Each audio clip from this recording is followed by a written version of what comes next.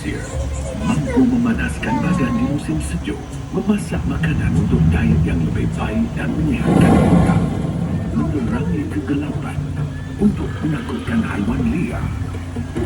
Dan apabila penggunaan tenaga meningkat dari semasa ke semasa, manusia mula berevolusi. Apabila manusia mulakan kaedah baru untuk memburu, memancing dan bercucuk tanam, mereka membentuk Macam Dream Forest ya. tinggal dan bekerja bersama-sama. Mereka menuai hasil tanaman di ladang serta memanfaatkan kuasa air dan angin. Lalu, konsep kemasyarakatan juga muncul di pekan-pekan serta bandar yang lebih besar. Engine warp merupakan kemajuan seterusnya yang diilhamkan daripada teori saintifik yang muncul pada zaman pencerahan. Kaedah pengeluaran baru telah dicipta untuk meringankan tugasan buruh berat. Industri baharu dan mod pengangkutan baharu muncul. Perdagangan berkembang pesat di seluruh dunia. Bandar-bandar berkembang lebih cepat daripada sebelumnya.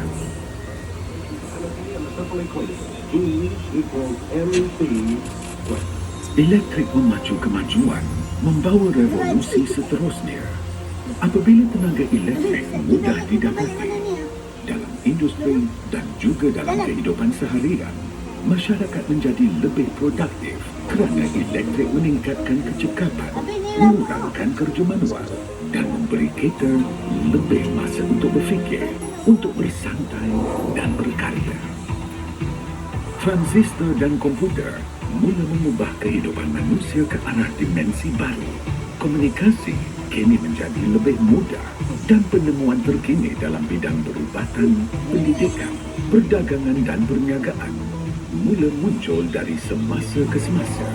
Era X-ray, digital nampak X-ray? telah bermula.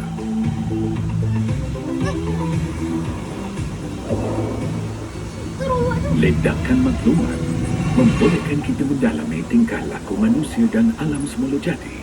Melalui teknologi data raya dan superkomputer, lebih banyak tugasan dilaksanakan secara automatik. Rangkaian baharu menghubungkan kita semua. Kini segalanya tidak mustahil. Kebesaran api kecil kini menjadi lebih marah. Inovasi telah membawa kepada banyak kemajuan, tetapi semua ini ada harganya. Manusia sangat kreatif, tetapi ada kala kita leka terhadap kesannya. Dan kini kita menghadapi satu lagi cabaran, kecemasan iklim. Apa maksud kecemasan iklim? Panas. Climate change. Perubahan cuaca. Adakah anda bersedia untuk berjuang demi masa depan? Kita kini perlu mengubah hala tuju perjalanan, menggunakan keupayaan dan bakat kita demi generasi akan datang. Cakap memang mudah, tetapi tindakan lebih penting daripada kata-kata. Dan kita perlu bertindak sekarang.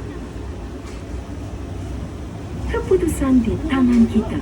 Masih ada sinar dalam kegelapan. Jika kita boleh mengeksploitasikan kegunaan api, kita juga boleh membina masa depan yang lebih cerah untuk manusia sejagat. Perjalanan manusia diteruskan.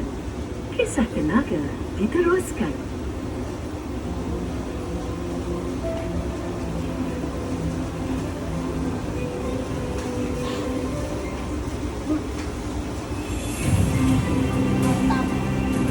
Beberapa tahun seterusnya akan menyaksikan revolusi dalam industri tenaga. Apabila negara-negara di seluruh dunia beralih kepada tenaga boleh baharu serta penyelesaian baru, sumber kuasa yang lebih mampan, infrastruktur baharu, teknologi yang inovatif dan lebih pintar. Industri ini perlu dicipta semula, membawa solusi mampan ke pasaran secara pantas. Cara hidup kita perlu berubah supaya kita semua boleh berkembang maju bersama-sama. Masa depan bermula di sini.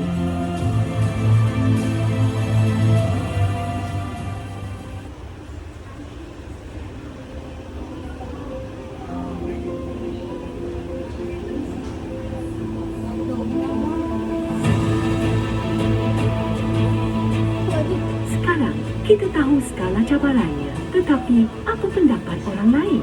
Masa depan apakah yang ingin kita bina untuk generasi akan datang? Plastics will become part of the circular economy. Hidrogen hijau akan memainkan peranan besar pada 50% sawah padi di Jepun menggunakan baja buatan bamboo. Thanks to new electrolysis technologies, hydrogen Petronas will reduce the use of biofuels from innovative materials like graphene will capture more waste gases and industrial perlu emissions. mendidik orang ramai untuk mengurangkan penggunaan plastik. bijak, pasti kita dapat mengatasi masalah kita. Don't need so much. Presiden Jepang, Carbon Solutions berserta.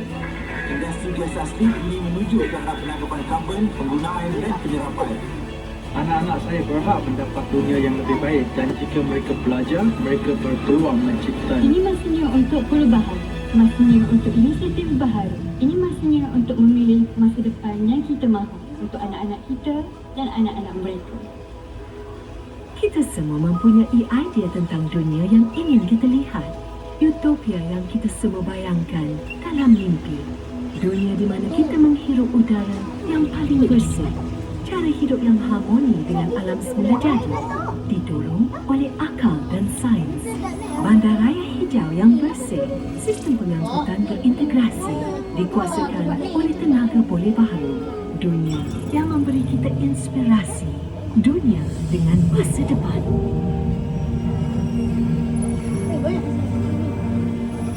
Kita ada ilmu sains dan peralatan untuk mengubah catatan sejarah. Kita ada teknologi baru untuk membina dunia yang lebih hijau. Kita sedang membangunkan sumber kuasa baru yang lebih mampan dan lebih bersih. Bahan baru yang pintar, cara baru bekerja, dan hidup bersama. Kita mempunyai sumber, kebolehan akal manusia, keajaiban alam, kuasa sains. Jika kita bersatu, kita boleh menjadikan dunia akan datang lebih cerah dari sebelumnya. Kita boleh membuka lembaran baru dalam kisah tenaga. Kita ada harapan.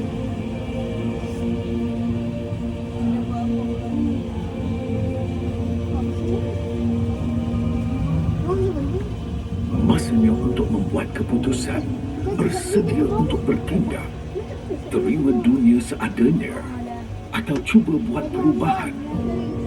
Hidup di masa lalu atau masa depan. Kepintaran manusia mampu mencari penyelesaian baharu seperti yang kita lihat hari ini. Kita perlu mengubah pemikiran kita, cara kita berfikir tentang alam semula jadi dan ekonomi. Kita perlu melihat diri kita sebagai rakyat, bukan hanya pengguna. Kita perlu mencapai keseimbangan antara kemajuan dan kelestarian. Kita perlu menghijaukan semula bumi. Kita perlu melabur dalam teknologi bersih. Kita harus